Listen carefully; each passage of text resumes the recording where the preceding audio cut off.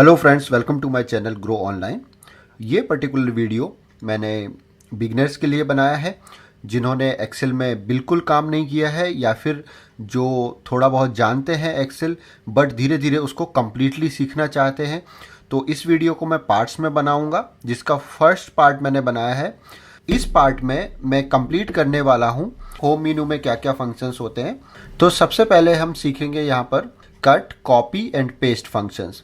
ये सब बताने के लिए मुझे यहाँ पर कुछ डेटा लिखना होगा, तो मैं डेटा लिखने में टाइम वेस्ट नहीं करूँगा। एक अपनी ही फाइल से डेटा उठा लेता हूँ, यहाँ पर कॉपी पेस्ट कर लेता हूँ। तो जैसा कि आप देख रहे हैं, मैंने ये डिटेल्स यहाँ पर पेस्ट कर लिया है एक अपनी फाइल से लेकर। इसको हम टाइप करते तो हमारा काफ़ी सारा समय चला जाता। अब यहाँ पर सीखेंगे हम कट, कॉपी और पेस्ट। जैसे हमें किसी डेटा को अगर एक जगह से हटा के दूसरी जगह रखना है तब हम यूज़ करते हैं कट, और दूसरा होता है कॉपी। अगर एक डेटा को कॉपी करके दूसरी जगह रखना है, जैसे कि फॉर एग्जाम्पल अगर हम चाहते हैं कि ये जनवरी का कॉलम को कट करके यहाँ से हटा के हम यहाँ पर लिख दें। ओके, तो हमें क्या करना होगा, इस डेटा को ऐसे सिलेक्ट करेंगे, हम यहाँ से कट करेंगे। ओके, और जहाँ पर हमें रखना है, अगर यहाँ पर रखना है तो यहाँ पर जाके पेस्ट पर क्लिक करेंगे। तो आपका यहाँ से हटके और ये आप देखोगे इस दूसरी जगह पर पेस्ट हो जाएगा। ठीक है, इसी तरह से अब इसको मैं कंट्रोल Z कर देता हूँ। कंट्रोल के साथ आप Z प्रेस करते हैं तो जो भी आपका लास्ट प्रीवियस एक्शन होता है वो कैंसिल होके वापस उसी स्थिति में आपका डेटा आ जाता है। ठीक है, तो जब भी अगर आप कुछ गलती कर देते हैं तो आप कंट्रोल Z प्रेस कीजिए तो आपका डेटा वैसे का वैसा आ जाएगा वापस। सेकेंड ऑप्शन होता है फिर कॉपी और पेस्ट। अब कॉपी और पेस्ट में कब यूज़ करते हैं, जैसे अगर हम कहें कि ये टेबल हमें यहाँ पर तो रखनी ही है और एक और सेम हमें डबल कॉपी, यही डेटा हमें दूसरी जगह भी रखना है, तो हमने क्या किया, सिलेक्ट किया, इसको पूरा डेटा सिलेक्ट किया, कॉपी पर क्लिक किया और यहाँ पर रख के और पेस्ट पर क्लिक कर दिया। तो आप देखेंगे ये सारा डेटा यहाँ पर आ गया, कॉपी और पेस्ट। ठीक है, अभी मैं इसको भी कंट्रोल Z कर देता हूँ तो ये मेरा क्लियर हो गया। ठीक है, या डिलीट कर दीजिए आप उसको। फिर आ गया थर्ड ऑप्शन है फॉर्मेट पेंटर। फॉर्मेट पेंटर का ये बहुत यूज़फुल फंक्शन है। जैसे कि आप अगर कोई फॉर्मेटिंग करें और उसी फॉर्मेटिंग को दूसरी जगह अप्लाई करना हो तब हम इसको फॉर्मेट पेंटर का यूज़ करते हैं। फॉर एग्ज़ाम्पल जैसे कि ये जो हेडिंग है इसको हम थोड़ा सा पहले फॉर्मेटिंग कर देते हैं। हम दूसरा ऑप्शन में आने वाले हैं, यहाँ पर फॉर्मेट। यहाँ से हम सीधा जंप करके इन ऑप्शंस को यूज़ करने वाले हैं अब। तो यहाँ पर ये ऑप्शंस हैं कौन से, कि फ़ॉन्ट का कलर है। ये फ़ॉन्ट का कलर अगर हमने ले लिया यहाँ पर ब्लैक ही था और हमने फिल कलर में ले लिया है, कोई कलर ले लें। फॉर एग्जांपल हम अगर येलो कलर ले लें यहाँ पर। ओके, और इसको बोल्ड कर दें, बोल्ड, इटैलिक और अंडरलाइन। ये तीनों फॉर्मेटिंग के ही टूल हैं, इनको आप यूज़ कर सकते हैं फॉर्मेट करने के लिए, डेटा को और सुंदर और अच्छा सिस्टमेटिक बनाने के लिए। ठीक है, इसके बाद इसकी बॉर्डर है, जो आप बॉर्डर थोड़ी मोटी बॉर्डर ले लें आप। ओके, अब आप चाहते हैं कि ये जो आपने फॉर्मेटिंग की है ऊपर, यही फॉर्मेटिंग आप नीचे भी करना चाहते हैं। ठीक है, तो आपको फिर से यही सब करने की ज़रूरत नहीं है जो हमने अभी किया, कि यहाँ पर गए, यहाँ पर क्लिक किया सब जगह। अब ये सब करने की ज़रूरत नहीं। आपको करना क्या है, जो पहले वाला फॉर्मेटिंग है उसको आपने सेलेक्ट किया, फॉर्मेट पेंटर पर क्लिक किया। ओके, और फिर जहाँ पर आपको वो रिपीट करना है वो फॉर्मेटिंग, वो यहाँ पर आके आपको सिलेक्ट जैसे ही आप करेंगे और जैसे ही छोड़ेंगे कर्सर को तो वो फॉर्मेटिंग यहाँ पर पेस्ट हो जाएगी। ठीक है, ये हो गया एक फॉर्मेट पेंटर, मतलब यहाँ तक हमने सीख लिया। इसके बाद हम ये सीख रहे थे, ये वाला सेक्शन, फॉन्ट वाला सेक्शन। क्लिपबोर्ड पहले हमने सीखा, अब फॉन्ट वाला सेक्शन सीख रहे हैं। तो फॉन्ट वाले में आप देख चुके हैं, ये देख चुके हैं दोनों, और बॉर्डर देख चुके हैं। बॉर्डर अभी पूरा नहीं देखा तो बॉर्डर को देख लेते हैं। और पूरा जैसे कि हमने ये डेटा सिलेक्ट किया, और बॉर्डर में हमारे पास बहुत सारे ऑप्शंस होते हैं। जैसे कि कंप्लीट बॉर्डर ले लिया तो ये कंप्लीट बॉर्डर हो गया, कोई थिक बॉटम लेना है अगर, तो थिक बॉटम ले लेंगे आप, तो ये नीचे का आप देख रहे होंगे थोड़ा मोटा हो गया होगा बॉर्डर। और इस तरह से कोई सिलेक्टेड सेल्स को या सिलेक्टेड जैसे ये कॉलम को अगर हमें अलग मोटा सा बॉर्डर देना है, थिक बॉर्डर देना है, तो ये दे दिया, तो ये थोड़ा अलग दिखने लग गया।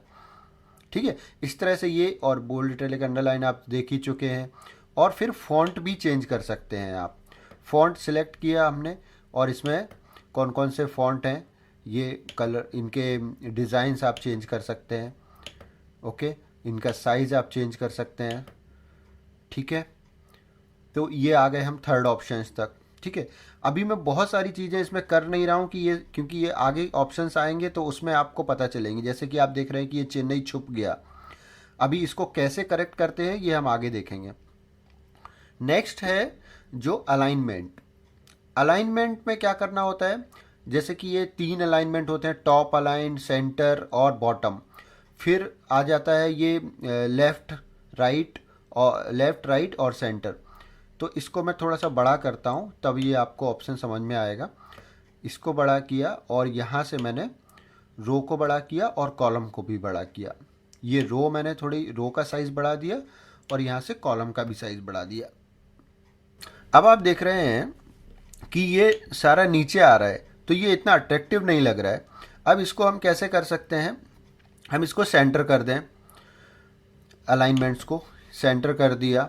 ओके, और फिर जो ये वाला अलाइनमेंट है इसको हम मिडिल अलाइनमेंट कर दें। ठीक है, तो ये अब थोड़ा अट्रैक्टिव लग रहा है और परफेक्ट लग रहा है। तो ये अलाइनमेंट इस तरह से होते हैं, left right centre, down bottom middle और ये टॉप। सो यहाँ पर हमने सेंटर कर दिया और यहाँ पर भी सेंटर कर दिया। ठीक है, नेक्स्ट आ जाता है आपका अलाइनमेंट में इंडेंट इंक्रीज डिक्रीज। तो अब जैसे कि अगर ये कॉलम हमको सिलेक्ट करें हम इसको, और इसको थोड़ा सा इंडेंट को इसको इंक्रीज कर दें, मतलब ये देखिए ये यहाँ से थोड़ा स्पेस छोड़ के आगे आ गया, तो ये थोड़ा सा अच्छा दिखने लगा। ओके, इंक्रीज डिक्रीज इस तरह से कर सकते हैं। एक थर्ड ऑप्शन है ओरिएंटेशन। अगर हमें इस टेक्स्ट को इस तरह से ना लिख के और इसको इस तरह से लिखना है ऊपर की तरफ, तो हम इसको यूज़ करेंगे और ये फंक्शन को यूज़ कर सकते हैं अलाइनमेंट में, रोटेट टेक्स्ट अप करेंगे आप, और ये भी मैंने कैंसिल कर दिया, फिर से रोटेट टेक्स्ट अप करेंगे आप, तो ये इसको इस तरह से भी आप लिख सकते हैं। तो ये हो गया। इसके बाद आ जाता है रैप टेक्स्ट। ये भी इम्पॉर्टेंट फंक्शन है, इसको भी आपको सीखना चाहिए। पहले मैं इसको कैंसिल कर देता हूँ, इसको फॉर्मेट पेंटर पे जाता हूँ और इसकी फॉर्मेटिंग नॉर्मल ही कर देता हूँ। अब देख रहे हैं आप रैप टेक्स्ट कैसे यूज़ करते हैं। रैप टेक्स्ट हम जब यूज़ करते हैं जब हमारे पास जैसे नंबर्स डिटेल ज़्यादा लिखा होता है और वो उस कॉलम में फिट ना हो रहा हो। अगर जैसे कि एक एग्जांपल लेके बताता हूँ मैं आपको, जैसे कि मैं यहाँ पर लिखूँ, please note these all numbers are for year 2020। Okay, तो अब आप देख रहे हैं कि ये जो टेक्स्ट है ये अपनी सेल छोड़ के नेक्स्ट 2 सेल में जा रहा है। अब हम चाहते हैं कि ये केवल इसी रो में रहे, इसी सेल में रहे और इसी कॉलम में रहे। तब हमें क्या करना होगा, हमें यहाँ पर इसके ऊपर रैप टेक्स्ट क्लिक करना होगा। रैप टेक्स्ट जैसे ही आप करोगे तो ये रैप होकर वापस आपके एक पर्टिकुलर सेल में ही आ जाएगा। ठीक है, इस तरह से हम यूज़ करते हैं रैप टेक्स्ट का। फिर आपको वापस अगर उसी कंडीशन में लाना है, नॉर्मल अगर आपको लिखना है, नहीं रैप चाहिए, तो आप फिर से क्लिक करेंगे तो ये नॉर्मल इस तरह से आ जाएगा। ये रैप टेक्स्ट का यूज़ होता है। ठीक है, जब आपकी जैसे हेडिंग अगर कभी कभी बड़ी हो जाती है, तो जैसे कि अगर मैं यहाँ पर लिखूँ टोटल नंबर्स ऑफ ईयर 2020, तो ये देखिए ये यहाँ पर ये इस तरह से अच्छा नहीं लगेगा, और आपको इसको कॉलम को बड़ा करेंगे तब भी अच्छा नहीं लगेगा। इसके लिए हमें क्या करना होगा, इसको छोटा ही रखना होगा और इसको क्या करना होगा, हमें रैप टेक्स्ट कर देना होगा। रैप टेक्स्ट करके और फिर उसको हम फिट कर देंगे। तो ये देखिए ये एक अभी थोड़ा परफेक्ट लग रहा है ये। ओके, अब इसको मैं वापस वैसे ही कर देता हूँ, टोटल लिख दिया। ठीक है, नेक्स्ट ऑप्शन आता है मर्ज and centre. Merge and centre हम कब यूज़ करते हैं, जब हमें एक से ज़्यादा कॉलम्स को मर्ज करना होता है। फॉर एग्जांपल जैसे ये एक डेटा है जिसमें ब्रांच का नेम है और बाकी ये मंथ के नेम लिखे हुए हैं और ये कुछ नंबर्स हैं। फॉर एग्जांपल अगर सेल्स के नंबर्स हैं किसी कंपनी के, तो अब मुझे यहाँ पर लिखना है, यहाँ पर एक हेडिंग देना है।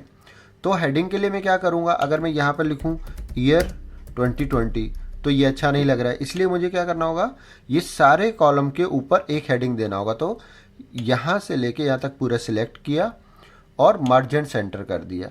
मर्ज एंड सेंटर जैसे ही किया तो ये सारे सेल्स को इसने कवर कर लिया। अब इसको आप थोड़ा ये कर दीजिए, कलर कर दीजिए या फिर थोड़ा फॉर्मेटिंग दे दीजिए, थोड़ा साइज़ बड़ा कर दिया, तो ये इसका हेडिंग हो गया। फिर आपको अनमर्ज करना है तो आप इसी पर क्लिक करेंगे तो ये वापस अनमर्ज हो जाएगा और सेम कंडीशन में आ जाएगा। ठीक है, तो ये हो गया मर्ज एंड सेंटर। इसके बाद नेक्स्ट ऑप्शन है आपके जनरल, जिसमें आता है आपका, ये कई सारे ऑप्शंस आ जाते हैं इसमें कि आपको नंबर्स किस तरह से लिखने हैं, और वही सारे ऑप्शंस आपके फिर यहाँ पर भी दिए हैं ये सारे ऑप्शंस। तो एक एक करके समझ लेते हैं इसको। जैसे ये फर्स्ट ऑप्शन जो है वो है आपको किसी नंबर के सामने आपको कोई साइन लगाना है पर्टिकुलरली, जैसे कि ये हमारा रुपी का साइन होता है, डॉलर का साइन होता है।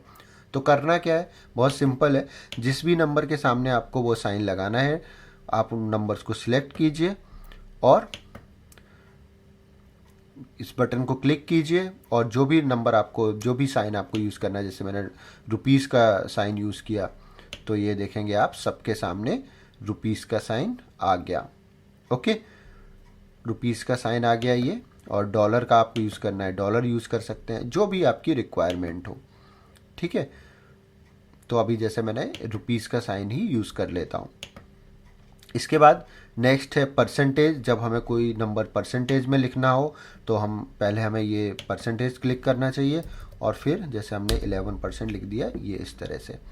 ठीक है, तो ये परसेंट ऑटोमेटिक आता जाएगा। फिर आप अगर ये पूरे में आपको परसेंटेज लिखने हैं नंबर्स, तो आप इसको वो कॉलम को सिलेक्ट करके परसेंटेज पर क्लिक कर दीजिए।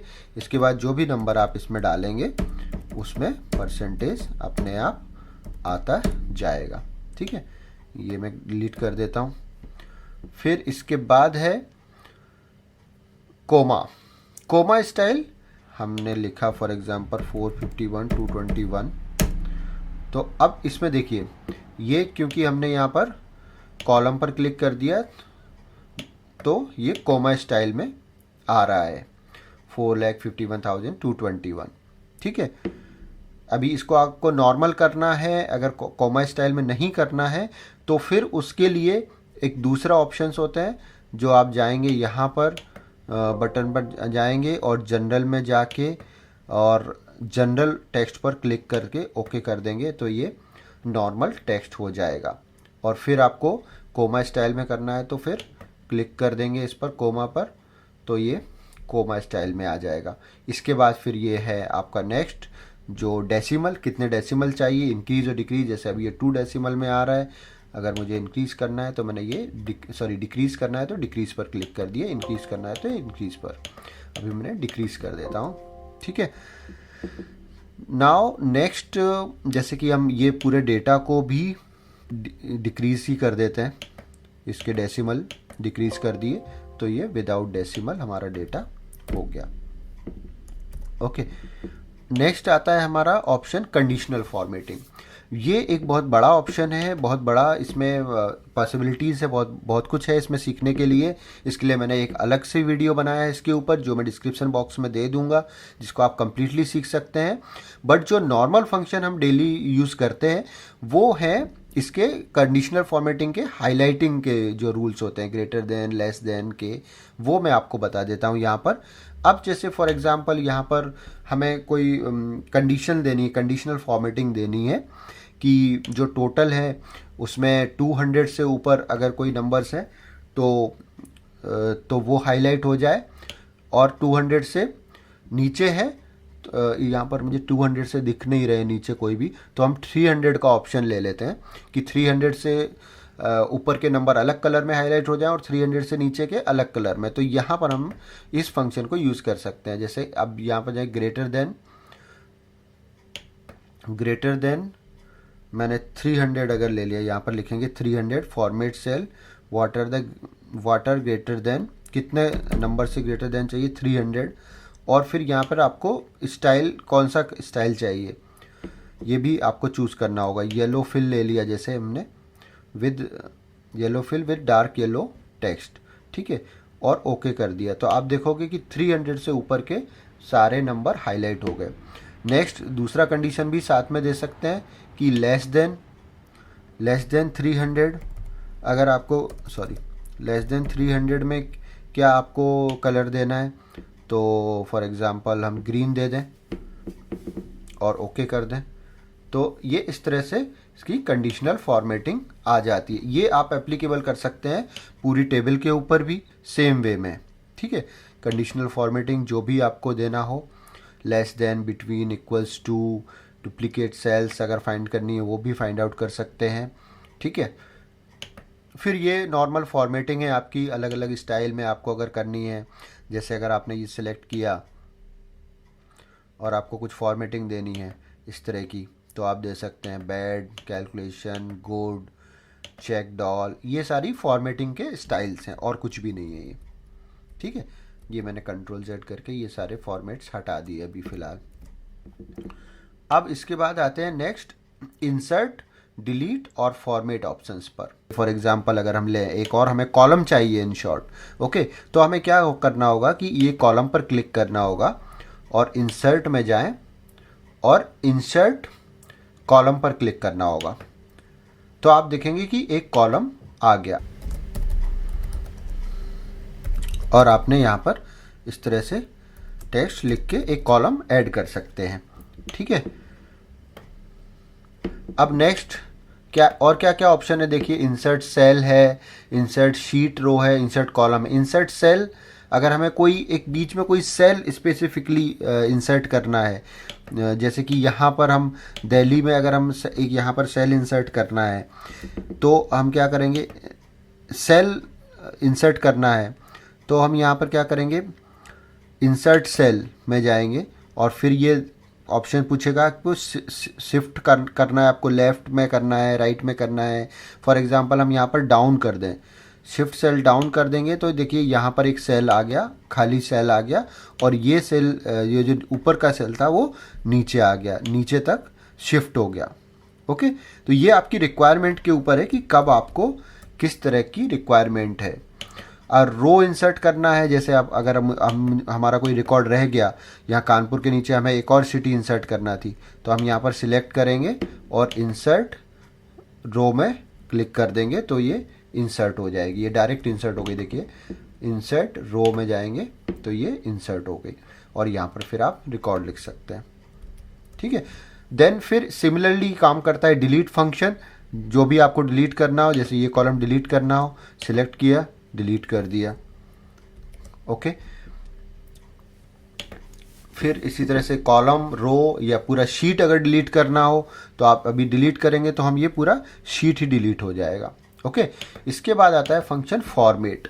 फॉर्मेट फंक्शन सिमिलरली वैसा ही है जैसा कि हमने अभी जो काफ़ी सारी चीज़ें मैनुअली की, जैसे कि हमने ये कॉलम है, ये कॉलम की हाइट को हमने बढ़ाया था, ओके। जैसे इस तरह से ये पकड़ के यहाँ से पकड़ के आपको बढ़ा सकते हो। दूसरा ऑप्शन क्या होता है कि अगर आपको रो की हाइट बढ़ानी है तो इधर जाइए आप फॉर्मेट में, रो हाइट, तो यहाँ आ जाएगा, जैसे अभी करंट 55.2 है, अगर मुझे इसको 75 करना है तो देखिए आप ये रो की हाइट बढ़ गई। इसी तरह से अदर ऑप्शंस भी ऑटो, फिर नेक्स्ट है ऑटो फिट रो। जब ऑटो फिट रो करते हो आप तो जो भी फीजेबल होती है, जितने में वो आ सकता है टेक्स्ट, वो ऑटो फिट हो जाता है उतने में। फिर नेक्स्ट है कॉलम विथ, सेम वे, जैसे कि मैंने बताया कॉलम का अगर बढ़ाना है, जैसे अभी 10 है आप देख रहे हैं, मुझे 20 करना है कॉलम, तो ये देखिए ये पर्टिकुलर कॉलम क्योंकि सिलेक्टेड था यहाँ पर, तो इसकी विड्थ जो है बढ़ गई। इसको कंट्रोल Z कर देता हूँ मैं। फिर इसमें हाइड अनहाइड, ये इम्पोर्टेंट फंक्शन है ये। कभी कभी क्या होता है, हमें कुछ सेल्स को, कुछ रोज को या कुछ कॉलम्स को हाइड करना होता है, तब ये फंक्शन को यूज़ करते हैं। अब फॉर एग्जांपल ये सेल के डेटा है जो कि जनवरी से लेकर दिसंबर तक है, बट हमें केवल अभी लास्ट के 3 मंथ का ही डेटा दिखाना है। तो हम क्या करेंगे, ए कॉलम्स को सिलेक्ट करेंगे और फॉर्मेट में जाएंगे और यहाँ पर हाइड कॉलम्स कर देंगे। तो आप देखेंगे केवल उतने कॉलम ही दिखेंगे जितने की आपको दिखाने की ज़रूरत है। और फिर जब आपको अनहाइड करने हैं तब आप डेटा को सिलेक्ट कीजिए, फॉर्मेट में जाइए और हाइड अनहाइड में जाकर अनहाइड कॉलम्स पर क्लिक कर देंगे, तो ये कॉलम फिर से सामने आ जाएंगे आपके पास। सिमिलरली जिस तरह से हमने कॉलम्स को हाइड किया, उसी तरह से हम रोज़ को हाइड कर सकते हैं। सिलेक्ट किया, फॉर्मेट सेल में गए, रो हाइड रोज़ में जाना होगा, तो आप देखेंगे इतने रोज़ हाइड हो गए। और फिर जब अनहाइड करना है तो आपको डेटा सिलेक्ट करना है और यहाँ से जाना है और अनहाइड रोज़ में करना है, ठीक है। सिमिलरली आप जब आपके पास एक से ज़्यादा शीट हो तो आप शीट को भी हाइड कर सकते हैं। जैसे कि ये देखिए, ये मैंने एक शीट 2 पर क्लिक किया तो शीट 2 आ गई। अब मैं जाके यहाँ से हाइड में हाइड शीट कर सकता हूँ। हाइड शीट में क्लिक किया तो शीट आपकी देखिए दूसरी वाली शीट यहाँ से हाइड हो गई। अनहाइड कैसे करेंगे, वहीं पर जाएंगे, अनहाइड शीट करेंगे। कौन सी अनहाइड शीट करना है, शीट 2, ओके। तो ये आपकी शीट 2 भी देखिए यहाँ पर वापस आ गई। वापस चलते हैं शीट 1 में और नेक्स्ट ऑप्शन देखते हैं, रीनेम शीट। शीट को अभी जैसे बाय डिफ़ॉल्ट नेम आता है शीट 1 शीट 2, हमने रीनेम शीट पर क्लिक किया तो यहाँ पर कर्सर आने लगा और फिर हम इसको कोई भी नाम दे सकते हैं। जैसे इसको हम दे दें सेल्स, हमने फाइल का शीट को नाम दे दिया, और दूसरा सैंपल हमने शीट को नाम दे दिया, ठीक है। इस तरह से नेक्स्ट, फिर इसमें क्या है, मूव और कॉपी शीट। जब आपके पास एक से ज़्यादा शीट्स होती हैं तब कई बार इसकी ज़रूरत पड़ती है कि आप किसी शीट को आगे या पीछे करना चाहते हैं। अब जैसे हम चाहते हैं कि ये सेल्स वाला शीट है तो सैंपल वाला शीट के पीछे आ जाए, तो हम एक तो यहाँ से पकड़ के ऐसे ड्रैग करके भी यहाँ रख सकते हैं, ओके। लेकिन कभी कभी ये शीट, जैसे एक फाइल में अगर आपके पास 50 से ज़्यादा शीट्स हैं तब आपको ये ड्रैग करके रखने में थोड़ी सी प्रॉब्लम हो सकती है, तब इस फंक्शन को आप यूज़ कीजिए। तो यहाँ पर जाना है आपको, मूव और कॉपी शीट में जाना है, और अब आपको यहाँ पर पता चल जाएगा कि आपको कहाँ रखना है उसको, ठीक है। तो फॉर एग्जांपल मुझे शीट्स इसके बिफोर सेल्स के पहले रखना है, इसको सॉरी सैंपल के पहले रखना है, ओके करेंगे तो ये यहाँ पर आ जाएगा। और इसको कॉपी भी कर सकते हैं आप सेम वे में। सिलेक्ट किया, कॉपी में गए, क्रिएट अ कॉपी कर देंगे आप इस बार, ओके करेंगे तो आप देखिए ये सेल्स 2 फाइल शीट क्रिएट हो गई जिसमें कंप्लीट सेल्स का डेटा है। सेम शीट दूसरी कॉपी हो गई है यहाँ पर, ओके। अभी मैं इसको डिलीट कर देता हूँ, यहाँ से ही राइट क्लिक किया और डिलीट कर दिया। नेक्स्ट इम्पॉर्टेंट फंक्शन है इसमें प्रोटेक्ट शीट। ये इम्पॉर्टेंट फंक्शन है और ये आपको काफ़ी काम आएगा अगर आप यूज़ करेंगे इसको। तो जैसे कई बार ये होता है कि हमें डेटा किसी को भेजना होता है लेकिन हम ये चाहते हैं कि वो डेटा में कोई छेड़खानी ना करे, तब हम इसको प्रोटेक्ट शीट का फंक्शन का यूज़ कर सकते हैं। करना क्या है, हमें सीधा इस पर क्लिक करना है प्रोटेक्ट शीट पर। तो आप जाएंगे तो इसमें ये ऑप्शंस पूछेगा कि आपको क्या अगर कुछ अलाउ करना है आपके यूज़र को, तो आप उसमें से अलाउ भी कर सकते हैं। जैसे कि यहाँ पर सिलेक्ट लॉक्ड सेल और सिलेक्ट अनलॉक्ड सेल्स, मतलब केवल सिलेक्ट करने का ऑप्शन मैं दे रहा हूँ यहाँ पे। अगर मैं उसको ऑप्शन दे दूँ डिलीट कॉलम और डिलीट रो का, तो फिर वो मेरे फाइल में डिलीट भी कर सकते हैं। कि हम यहाँ पर सिलेक्ट करने का केवल ऑप्शन अलाउ कर रहे हैं और यहाँ पर फिर हमको पासवर्ड डालना होगा। क्या पासवर्ड होगा वो आप जैसे मैंने अभी 1 2 3 4 पासवर्ड डाल दिया और ओके कर दिया। इसको अगेन पूछेगा 1 2 3 4, ठीक है। अब आप देखोगे इस सेल में आप कुछ भी करेक्शन नहीं कर पाओगे। इस पूरे शीट में आप कोई भी एंट्री नहीं लिख पाओगे, कुछ भी आप नहीं कर पाओगे। केवल आप सिलेक्ट कर पा रहे हैं क्योंकि हमने सिलेक्ट का ऑप्शन दिया था यूज़र को। बट अगर मैं उसको बोलूँ डिलीट करने का है या लिखने का है, कुछ और एडिशनल लिखने का है, कुछ भी आप नहीं कर पाओगे, ठीक है। लेकिन अगर आपको फिर से यूज़ करना है वही, तो आप क्या कर सकते हैं, यहाँ पर जाएंगे, अनप्रोटेक्ट शीट करेंगे और फिर पासवर्ड डालेंगे। इसके बाद आप शीट में कोई भी करेक्शन, देखो आप अभी मैं लिख रहा हूँ यहाँ पर, तो ये करेक्शंस हो रहे हैं, ठीक है। तो ये एक अच्छा फंक्शन है इसमें प्रोटेक्ट शीट का। फिर है next lock sheet, lock cells, जो कि प्रोटेक्ट शीट का ही एक फंक्शन है। जब आप प्रोटेक्ट शीट करते हो तो उसमें किसी पर्टिकुलर सेल को लॉक करना है तो वो आप चूज़ कर सकते हो। और फिर आता है फॉर्मेट सेल। फॉर्मेट सेल के कुछ फंक्शंस तो हम ऑलरेडी देख चुके हैं, जैसे कि नंबर्स, ये सारे फंक्शंस होते हैं जो नंबर्स के, ये सारे फंक्शंस ही फॉर्मेट सेल में होते हैं। बट कुछ एडवांस फंक्शंस होते हैं, जैसे कि अलाइनमेंट हमने देखा था, ओके, रैप टेक्स्ट हम देख चुके हैं, मर्ज सेल हम देख चुके हैं, फॉन्ट हम देख चुके हैं। इसमें कुछ और एडवांस फंक्शंस मिल जाते हैं, जैसे कि अगर आपको फॉर एग्ज़ाम्पल अगर हम लें कि ये चेन्नई को हमें इसको हम जाते हैं और फॉर्मेट सेल में जाते हैं, एक बार फॉर्मेट सेल, तो आप देखिए स्ट्राइक थ्रू अगर करना है आपको तो इस तरह से ये दिखेगा। ये कई बार हमें इसकी ज़रूरत पड़ती है जब कोई हम डॉक्यूमेंट बनाते हैं जहाँ पर हमें लिखना होता है कि पहले ये लिखा था बट इसको करेक्ट करके हमने अगर कुछ और लिखा है तो, ठीक है। तो ये लाइन इस तरह से आ जाती है उस पर। और फिर इसके बाद सुपर स्क्रिप्ट, सब स्क्रिप्ट के ऑप्शंस मिल जाते हैं। सुपर स्क्रिप्ट, सब स्क्रिप्ट जब हम यूज़ करते हैं तब हमें ये फंक्शंस की ज़रूरत पड़ती है, ठीक है। ये देखिए ये इस तरह से आ जाए। ये वर्ड में ज़्यादा, जब आप टेक्स्ट कोई लिखते हैं तब ज़्यादा इसका यूज़ होता है ख़ास तौर से। तो ये अभी मैं हटा देता हूँ स्ट्राइक थ्रू। बॉर्डर्स हम देख चुके हैं, फिल कलर्स हम देख चुके हैं और प्रोटेक्शन भी हम देख चुके हैं। अब इसके बाद ऑप्शन आता है ऑटो सम का। ऑटो सम, फिल और क्लियर। यहाँ पर जैसे कि मैं ये टोटल हटा देता हूँ तब मैं आपको बता पाऊँगा कि ऑटो सम फंक्शन को कैसे यूज़ करते हैं। ऑटो सम फंक्शन को आप जैसे जहाँ पर भी आपको टोटल लाना हो, जैसे कि एक टेबल है, इसको मैं थोड़ा व्यू छोटा करता हूँ तो सारे नंबर्स दिखेंगे आपको।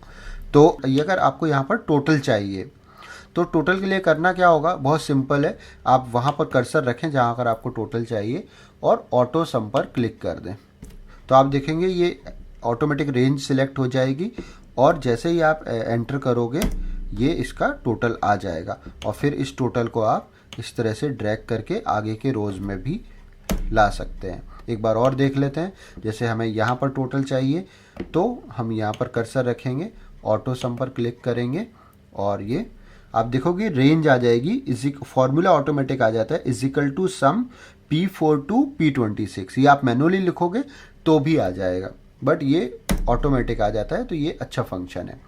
इसके बाद होता है फिर फिल फंक्शन। फिल फंक्शन का बहुत यूज़ होता है। अब जैसे कि इस टेबल में हमने सीरियल नंबर नहीं लिखा है तो हम सीरियल नंबर लिख लेते हैं, यहाँ पर सीरियल नंबर और हम लिखें 1 2। हमने 2 फंक्शन लिख दिया और इसके बाद हम सिलेक्ट करें इसको, ठीक है।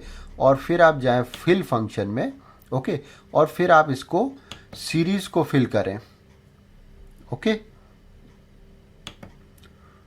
कॉलम में।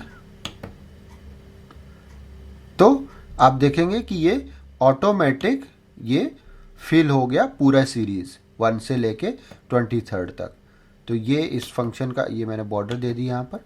और फिर वापस देखते हैं फिल फंक्शंस को। तो इस तरह से आप सिलेक्ट करके ये फिल कर दिया हमने सीरीज़ डाउन में। और कई बार अगर हमको उसका सेम डेटा भी जैसे फिल करना होता है, जैसे हमने यहाँ पर गुड्स लिखा था और हमें वही चीज़ बार बार लिखना है, तो हम क्या करें, इसको सिलेक्ट करें और फिल में जाएं और फिल डाउन कर दें, बस ये आपका डेटा पूरा फिल हो जाएगा। इस तरह से आपको लेफ़्ट राइट में भी इस डेटा को फिल कर सकते हैं, ठीक है। एक फंक्शन है फ्लैश फिल, ये भी थोड़ा डिटेल में फंक्शन आपको बताना पड़ेगा। इसका वीडियो भी मैंने अलग से बनाया है, जिसका डिस्क्रिप्शन बॉक्स में मैं लिंक डाल दूंगा। इसको आपको सेपरेटली देखना पड़ेगा, ये थोड़ा बड़े डिटेल के साथ ही इसको समझा जा सकता है, ठीक है। तो ये आप देखना सेपरेटली दूसरा वीडियो। इसके बाद आ जाता है क्लियर। क्लियर में तो बस वो जो भी आपको, अगर ये सारा जैसे मैंने अभी यहाँ पर सब किया था, इसको आप क्लियर कर देंगे, क्लियर फॉर्मेट्स कर देंगे, तो ये सारे फॉर्मेट्स देखिए क्लियर हो गए, ठीक है। फिर क्लियर कमेंट्स, जब हम कमेंट्स लिख देते हैं, कंटेंट क्लियर कर दिए, मतलब ये डिलीट का ही एक फंक्शन है। बट जब आप डिलीट करते हो तो सब कुछ डिलीट हो जाता है। बट कई बार हमें अगर कोई पर्टिकुलर चीज़ हटानी होती है, जैसे फॉर्मेट हमें हटाने हैं, ये हमें फॉर्मेट अच्छा नहीं लग रहा है, ये लो हमें नॉर्मल टेक्स्ट करना है, तो हम क्या करेंगे, सिलेक्ट किया और क्लियर में गए, क्लियर फॉर्मेट कर दिया, तो ये फॉर्मेटिंग सारी क्लियर हो गई, बट अपना टेक्स्ट एज इट इज़ रह गया, ठीक है। तो ये क्लियर फंक्शन हो गया। इसके बाद आता है auto filter short and filter. ये भी बहुत इंपॉर्टेंट और यूजफुल फंक्शन है। जब भी आप एमएस एक्सेल पे काम करेंगे, ये बहुत काम में आने वाला है आपके। इसके लिए करना क्या है आपको, आपके जो भी डेटा है उसकी बॉर्डर आपको सेलेक्ट करना है, जो भी हेडिंग है हेडिंग सेलेक्ट करना है, और सॉर्ट एंड फिल्टर पर एक बार क्लिक करना है।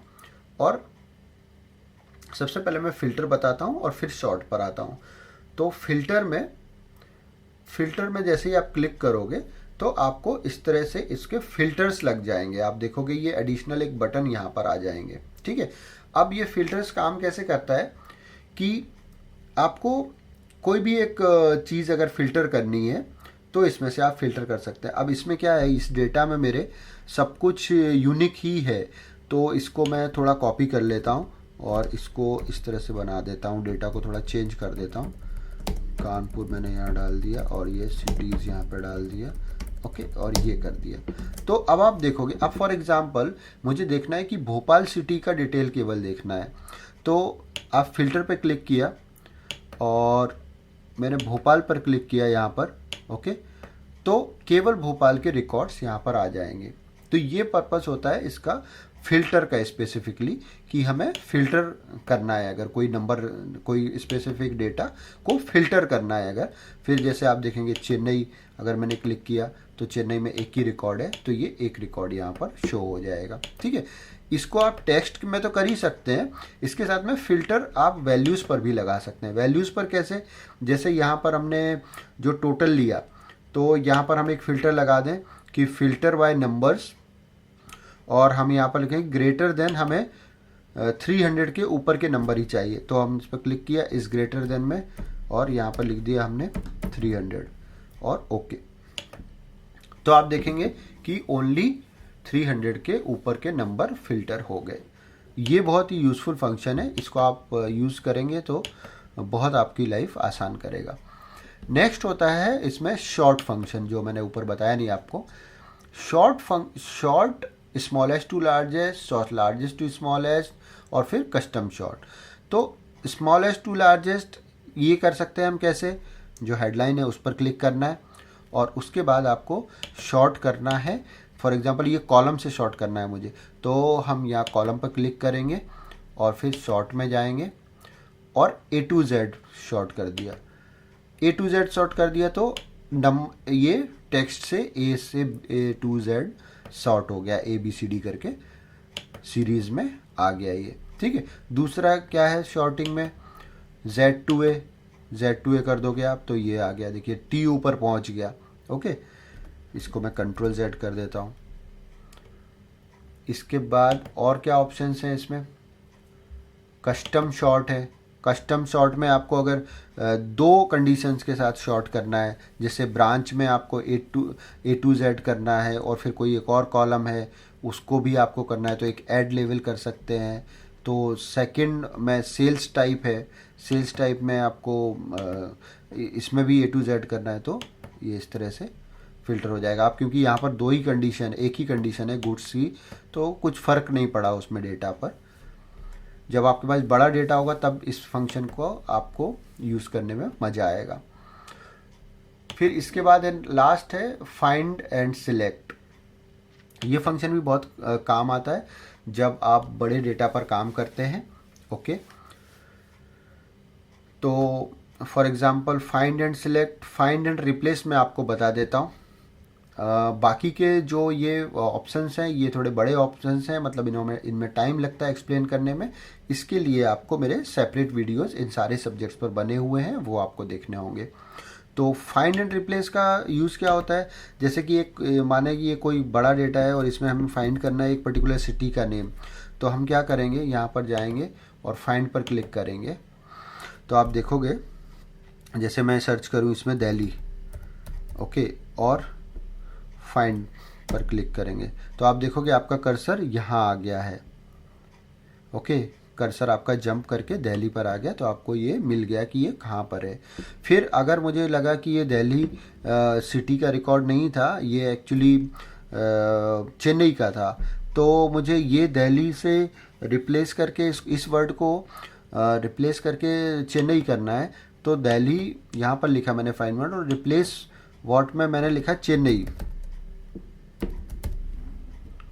और रिप्लेस ऑल कर दिया। तो आप देखेंगे all done, we made one replacement. Okay कर दिया, क्लोज कर दिया। तो आप देखोगे जहाँ जहाँ दिल्ली लिखा था वहाँ पर चेन्नई हो गया है ऑटोमेटिक। तो दोस्तों ये था इन शॉर्ट जो बिगनर्स के लिए मैंने बनाया ये वीडियो, जिसमें होम फंक्शन, होम मीनू के सारे फंक्शन मैंने क्विकली बताने की कोशिश की है। होप कि आपको ये वीडियो पसंद आएगा। आप इसको देखिए, प्रैक्टिस कीजिए, और ये फाइल भी मैं इसी वीडियो के डिस्क्रिप्शन बॉक्स में अटैच कर दूंगा, जिसको आप लेकर इसको प्रैक्टिस कर सकते हैं और मुझे बता सकते हैं कि ये वीडियो आपके लिए कितना हेल्पफुल था। और अगर आप इसमें स्पेसिफिकली कोई क्वेश्चन है आपका, तो वो भी आप मुझसे पूछ सकते हैं। मैं कोशिश करूँगा कि जल्द से जल्द उसका आंसर आपको दे पाऊँ।